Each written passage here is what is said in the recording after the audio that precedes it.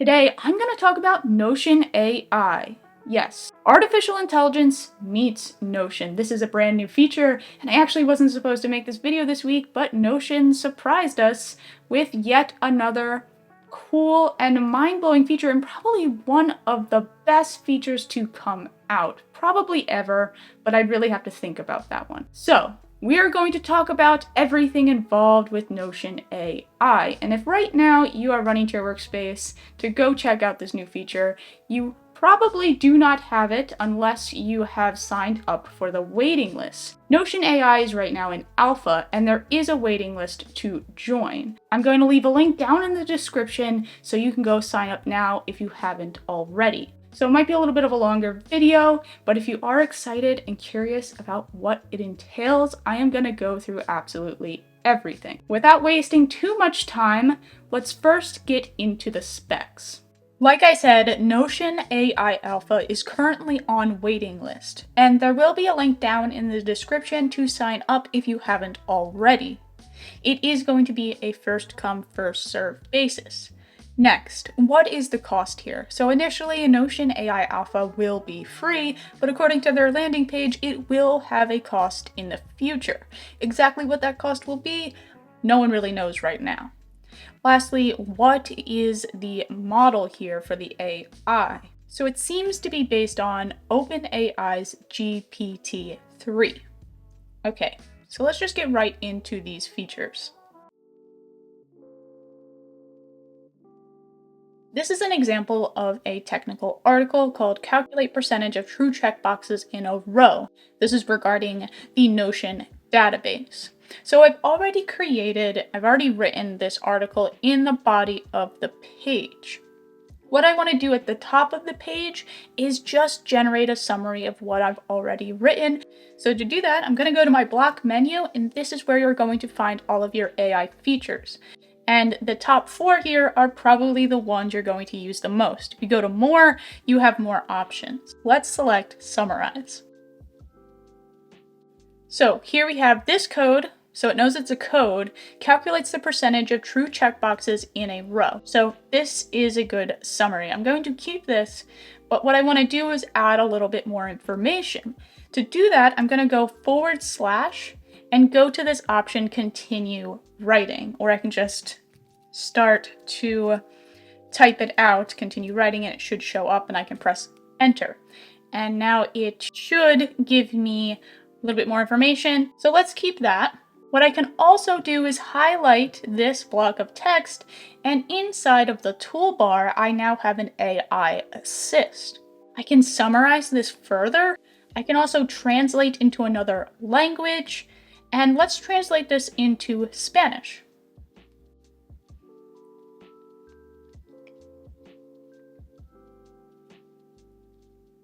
Great, now what I can do is either replace my English with this translation or insert below. I'm going to insert below. Now what you can also do, if I just highlight this again, is go to Help Me Edit. So just with this selected text, I can give it a prompt, like maybe convert into bullet points. And I can replace it like that. Let's look at another way we can use Summarize. With an empty page and just a title to work with, I'm also going to use that Summarize option. And it is available even with an empty page and gives you a pretty good summary. I'm going to keep this and maybe throw it inside of a callout. And I've already got something to work with, and I can keep writing in this page using, of course, like we saw, the / continue writing, or other options as well, which we're about to get into. Back to my technical article, I'm going to go down to a specific section here called Formula Breakdown. What I want to do here is in step 1, I'm going to add a block underneath the code, and I want to expand more on how the unary plus function in Notion formulas works. So what I'm going to do is go to the block menu and select Help Me Write. So what help me write is probably the one you're going to use the most here. This is a general prompt to the AI. So for instance, explain how the unary plus function in Notion works. I'm going to keep this. What I can also do is generate tables. So under formula breakdown, I'm going to copy this code to my clipboard and go / again, help me write. I'm going to say first in a table, show all functions used in this Notion formula with description and syntax. And I'm just going to paste that formula in and see if it knows exactly what I'm looking for. So you'll notice inside of this box down here, alpha AI output can be inaccurate and misleading. So sometimes you'll get results that aren't exactly what you're looking for. There is an option here to give some feedback for this AI. Basically in this little box here, describe how I would like this output to be improved. So that will help with improving accuracy. So let's keep this, and in this table, I can now go to options and highlight the header, column, and row. And with tables, of course, I can also convert them into databases. So inside of the block menu, I can quickly turn this into a database. So as you can see, this is going to be really helpful for quickly creating sample databases or grabbing information from the web and putting it directly into a database. Now, you won't be able to create a database from the AI prompt, but you can create a table like this and convert it into a database. There is an option in the block menu for, if I go to more, blog post. So if I click this, I can say the best proven productivity techniques. And let's generate a blog post.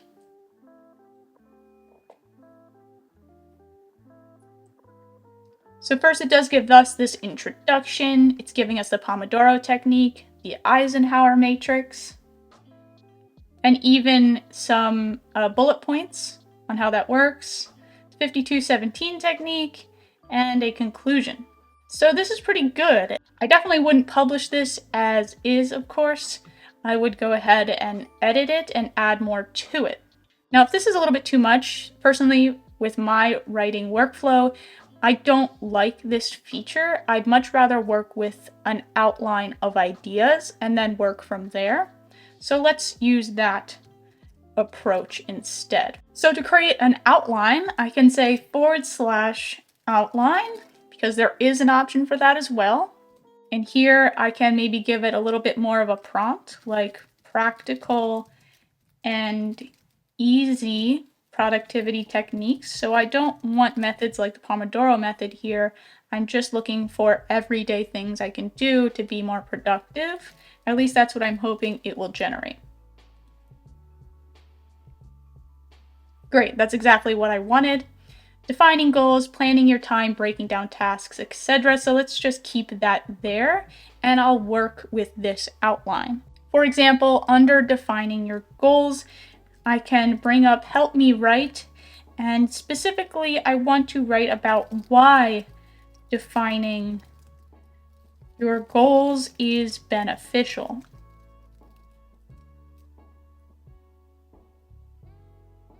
Great, so I can work with this, I can edit it and expand from here. So let's say I want a list of bullet points, but I want them in this way. I want a bullet point and I want a short paragraph describing that bullet point. Let's delete these bullet points down here and just say / continue writing. So what this will do is see this format in a bullet point and a paragraph, and it will likely generate more bullet points and paragraphs.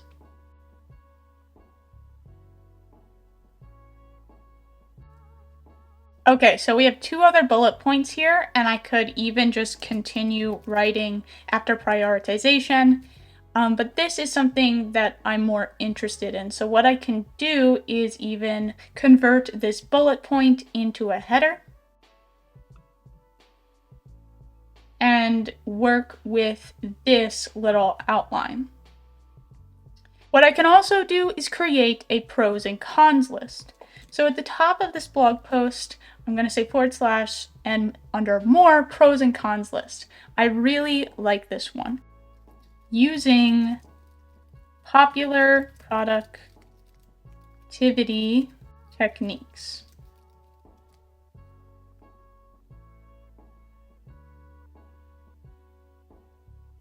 Great, so we have some pros, like you can get more done in less time, and some cons, like they may not work for everyone, and they may not be suitable for all personality types or all types of work, may require some discipline to stick to, and so on. So let's keep this. You know, I could drag the cons next to the pros here.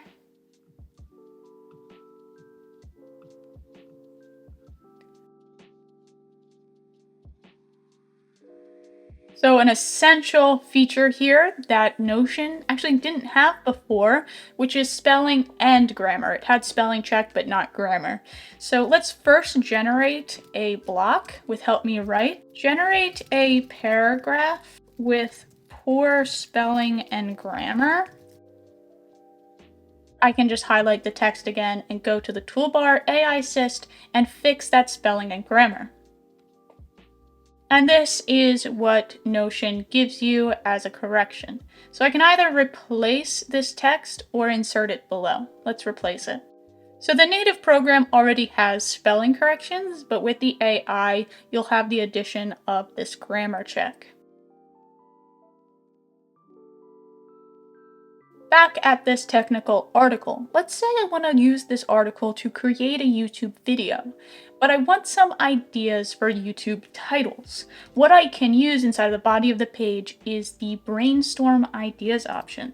So inside of the block menu, Brainstorm Ideas, and let's say creative YouTube titles for a Notion tutorial about calculating the percentage of checkboxes in Notion. Okay, so we have some titles here. How to increase productivity with checkboxes in Notion, that's a pretty good one. Also, how to get the most out of checkboxes in Notion is also a good one. So let's take a look at more basic math as well. So I do like these ideas. Maximizing your use of checkboxes. So I can work with these ideas and sort of play around with them. If there's any keywords that I want to use, I can add it to these titles. In the body of the page, I can just start typing my prompt. For example, I can say / creative YouTube titles for a Notion tutorial. And you'll notice that we can just select this prompt and it will generate a result. So you don't have to bring up that Help Me Write option. You can just start typing in line as long as you start the prompt with /.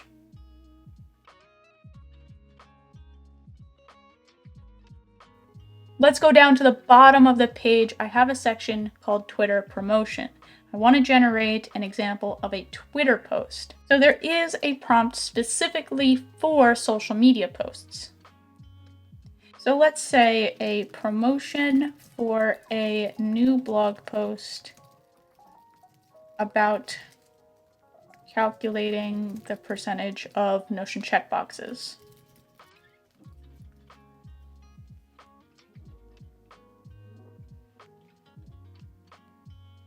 I could also maybe generate another post if I don't like that one. All right, this is more of what I would write, especially this line. This can be a useful metric to track your productivity and goal progress. So I'll keep that. And I do like these tags, productivity, goals, and Notion. If I were posting this to Instagram, I'd probably use those hashtags. Maybe turn this header into text.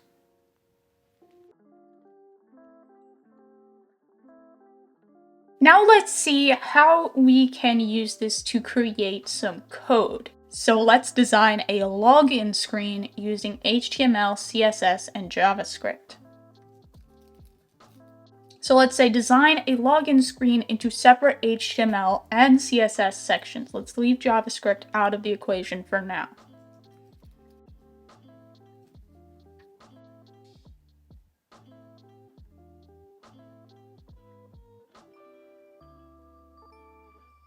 Okay, so this is a pretty simple set of code. Let's keep that.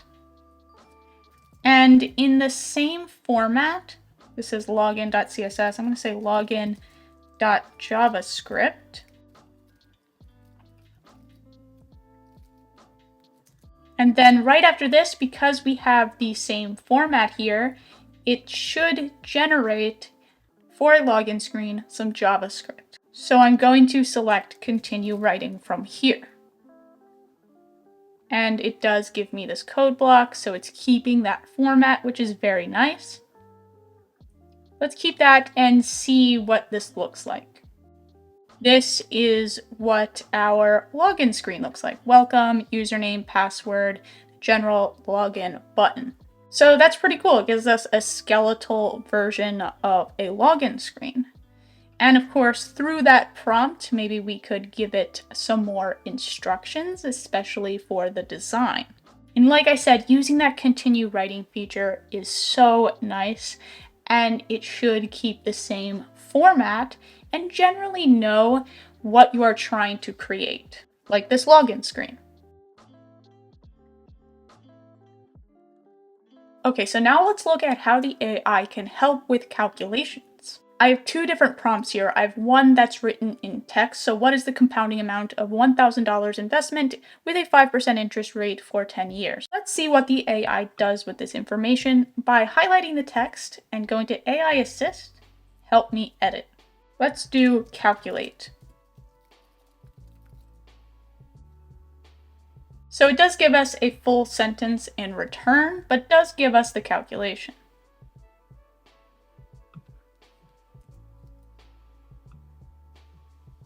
Let's do the same thing with a mathematical expression. Highlight, help me edit, and calculate.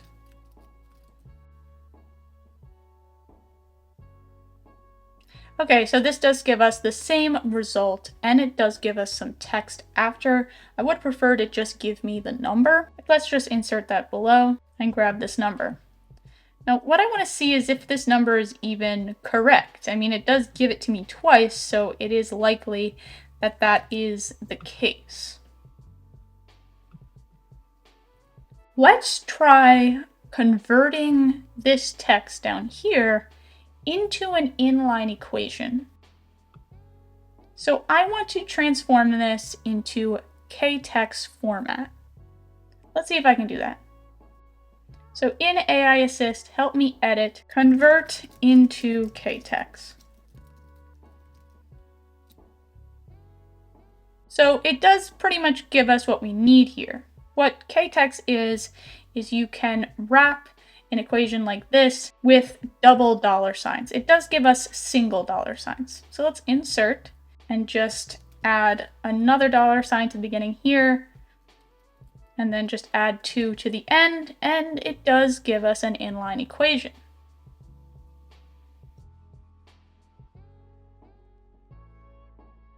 Yes, you can generate creative writing prompts and poems. So let's start. Let's say we want to start writing a story, but we don't quite know what to write about. Instead of brainstorming ideas right away, maybe we can generate a random photo from the internet as a prompt. So let's say, help me write, and then let's say random image from a website that I know has free images, pexels.com.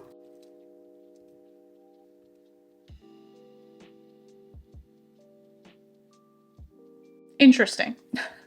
I don't quite know what this is. Oh, so it does give us a description down at the bottom here. This image shows a close-up of a yellow flower. Let's keep it. So from this picture, let's think of some ideas for a short story.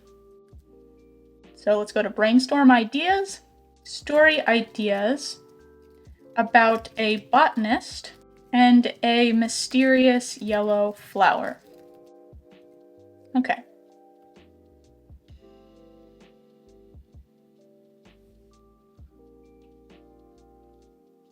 Okay, so that first one kind of makes me laugh.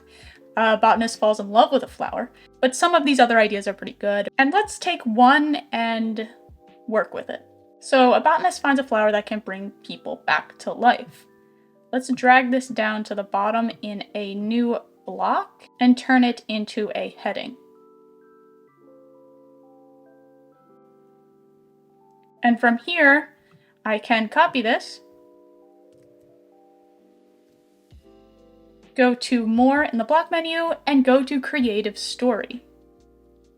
And I'm going to paste this title in and generate a synopsis for a story.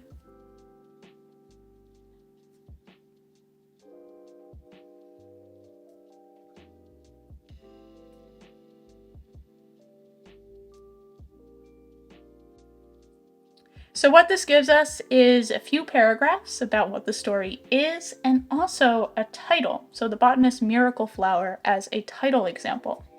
And we can start using some other AI features to continue expanding upon this story, like continue writing, we can brainstorm more ideas, and create outlines. Now let's take a look at some workplace use cases. So in this meeting notes database, I have a meeting for Habit Tracker product release. So what I want to do is generate a meeting agenda. So I can go to More here, and there is an option for meeting agenda, discuss marketing strategies and user research.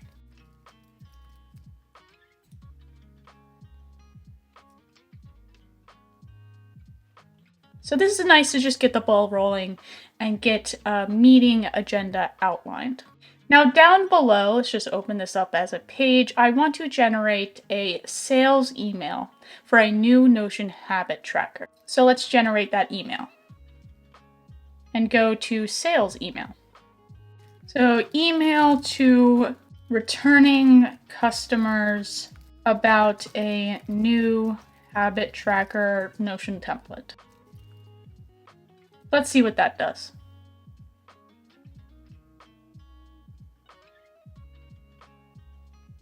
So we do have a subject line. Let's just highlight that. We have an introduction, hello. Body of the email. Let's see what this says. If you're like most people, you probably resolved to make some changes in the new year. Okay, so it is giving our recipient a use case for this habit tracker. So what better way to make these changes stick than by using our new habit tracker? So this template is designed to help you track your progress, set goals, and stay motivated. So this is all really great. So if you're looking to make some lasting changes in 2020, so that is something that I would edit 2023. Be sure to check out our new habit tracker template. And then a sign off. So this is the structure of the email options. Let's go back and go down to the bottom of this page where we have a database for job openings. So let's say your company has a database of different job openings and the status of them, like a system administrator. Status is not started. There's another status option for interviewing, and then complete would be hired.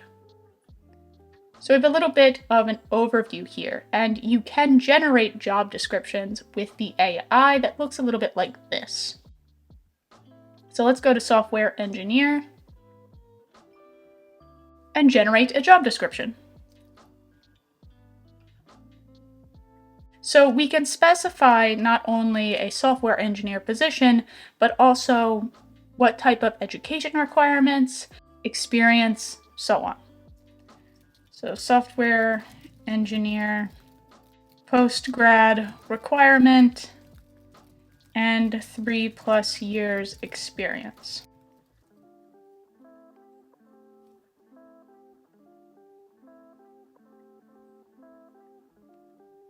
So we have an overview, some responsibilities that may be involved for a software engineer, and the qualifications, including the ones we specified, like 3+ years of experience. Let's say you're a student writing an essay on the dangers of productivity culture. There is another AI option to generate an essay. So let's create that here. And I want to prompt how toxic productivity culture can damage mental health.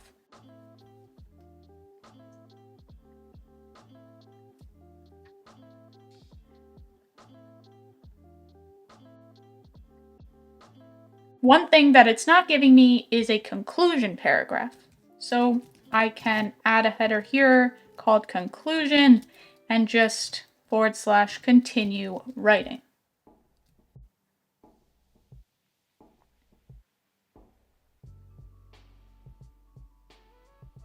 Now, if I want to do a little bit more research about these topics, I can do something like this. Let's highlight the negative effects of productivity culture, go to AI Assist, help me edit, and I'm going to generate a list of web pages on this topic. So bulleted list of web pages on this topic. And there we have 4 different web pages. Just insert that underneath, and we can go ahead and do this with each header.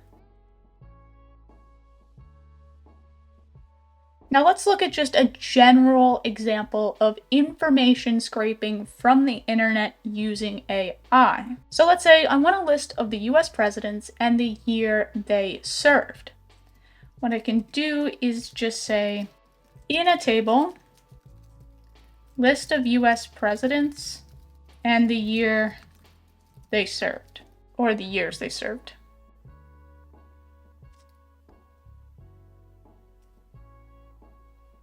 Great, this is now generating the entire list of US presidents and grabbing this from the internet. And like I said before, I can convert these tables into a database. And then maybe convert years served to a number quickly.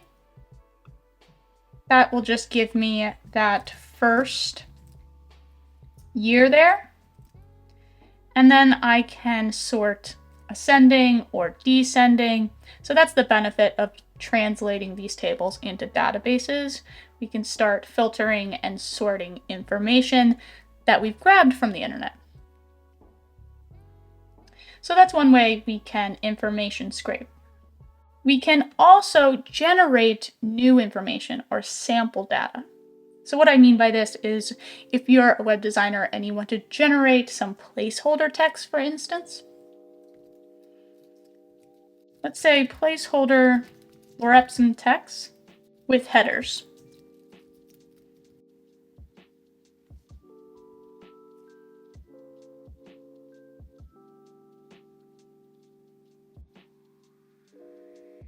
So it's giving us 3 headers. In fact, it's giving us the actual headings. So you'll notice that this header 1 is actually heading 1, 2 is 2, and 3 is 3. So that's pretty cool. I can also specify how many paragraphs I want here. Also, with generating information, I can tell the AI prompt that I want random information.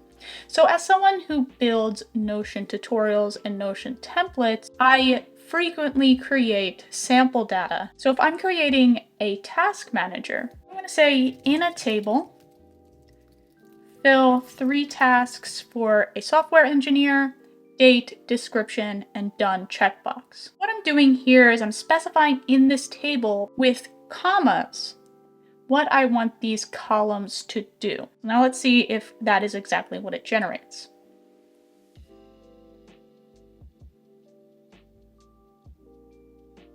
Yeah, it's pretty much what it generates here. We have examples of random tasks that a software engineer would have, reviewing code changes, implementing a new feature, and write unit tests for a new feature. and even a description for those tasks, and a date and a empty done column. So before I turn this into a database, what I want to do is just highlight this header row so it knows that's my column title and convert into a database. So let's just rename this to Task Manager Example. I can convert date to a date property. Description, I can maybe wrap this column.